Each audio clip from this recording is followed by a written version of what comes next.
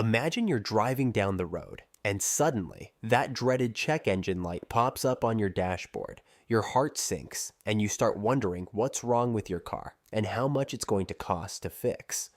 Well, don't panic just yet. In this video, I'm going to walk you through the top 5 most common reasons why your check engine light might be on. By the end of this video, you'll have a better understanding of what could be causing the issue and what steps you can take next. But before we dive into the top 5, there's one simple thing you should check first: your gas cap. Believe it or not, a loose or damaged gas cap is one of the most common causes for the check engine light to come on. It's an easy fix just to make sure it's tightened properly. If the light doesn't go off after a few drives, then it might be time to look into these more serious issues. Let's start with number 5. Evap system issues.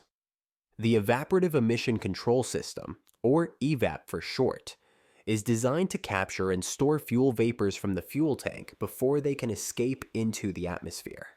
These vapors are then routed to the engine to be burned during combustion, which helps reduce emissions. One of the most frequent problems with the Evap system is a loose or damaged gas cap. The gas cap seals the fuel system, and if it's not tightened properly, or if the seal is worn out, it can cause a leak. This leak is detected by the car's computer, which then turns on the check engine light. But it's not just the gas cap. There could be cracks in the hoses, a faulty purge valve, or issues with the charcoal canister that stores the vapors. These problems can also trigger the light. Usually, there are no noticeable symptoms besides the light itself, but in some cases, you might smell gasoline vapors, especially near the fuel tank. So, what should you do? First, check your gas cap. Make sure it's screwed on tightly. Some cars require you to turn it until it clicks. If it's damaged or the seal is worn, you might need to replace it. Gas caps are inexpensive and easy to replace. If tightening or replacing the gas cap doesn't turn off the light after a few drives, it's time to take your car to a mechanic.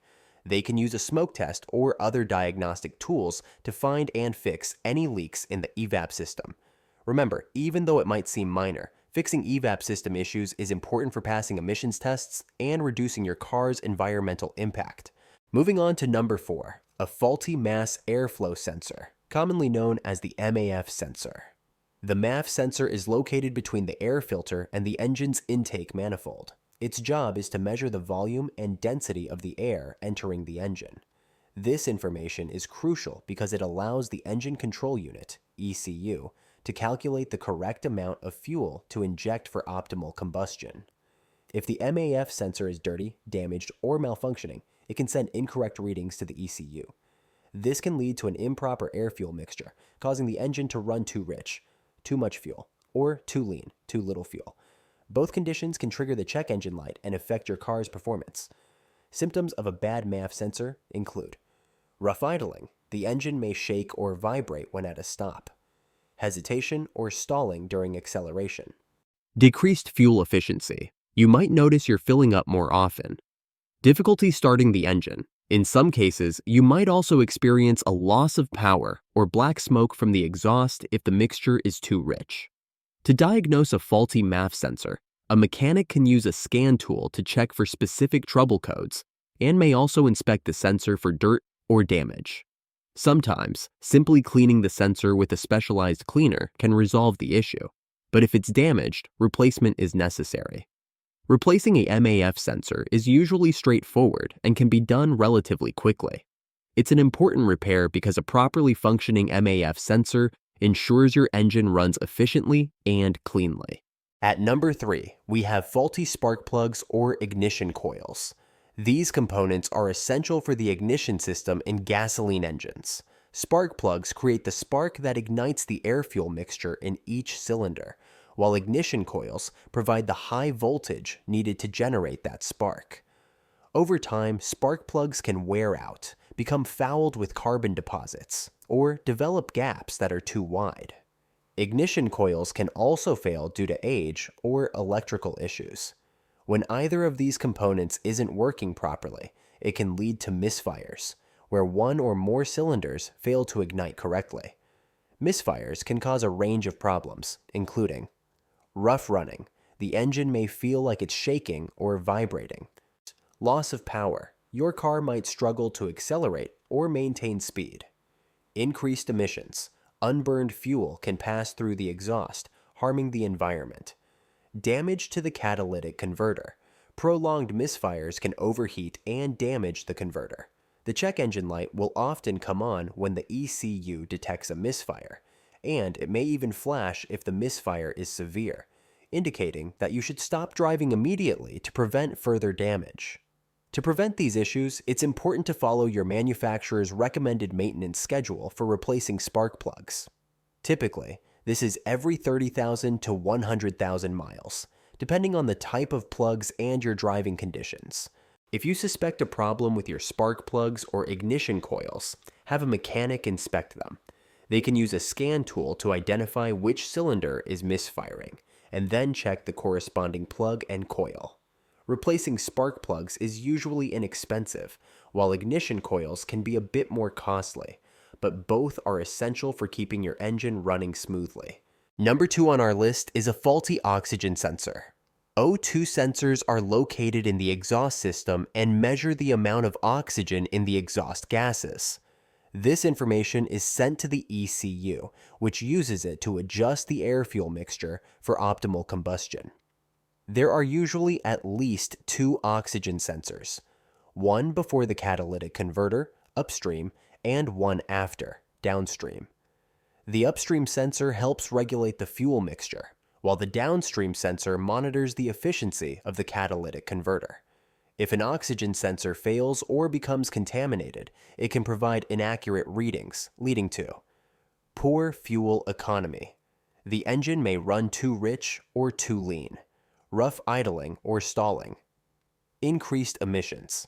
Potential damage to the catalytic converter if the mixture is consistently incorrect.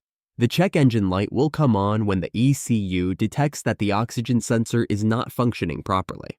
Replacing a faulty oxygen sensor is important not only to turn off the light, but also to improve your car's performance and fuel efficiency. In fact, a new oxygen sensor can improve fuel economy by up to 40%, according to some estimates. Moreover, since a bad oxygen sensor can lead to catalytic converter failure, which is much more expensive to replace, it's wise to address this issue promptly. Oxygen sensors typically last between 60,000 to 100,000 miles, but this can vary. If your check engine light is on and you suspect it's the oxygen sensor, have a mechanic confirm with a diagnostic scan and replace it if necessary. And the number 1 most common reason for the check engine light is a faulty catalytic converter. The catalytic converter is a key component of your car's emissions control system. It's located in the exhaust pipe and contains catalysts that convert harmful pollutants like carbon monoxide, hydrocarbons, and nitrogen oxides into less harmful gases like carbon dioxide and water vapor. Catalytic converters can fail for several reasons, including clogging due to excessive carbon buildup, physical damage from road debris or overheating, contamination from oil or coolant leaks. Wear and tear over time. Often, a failing catalytic converter is a symptom of another problem, such as misfires, rich fuel mixture, or oil consumption, which can damage the converter.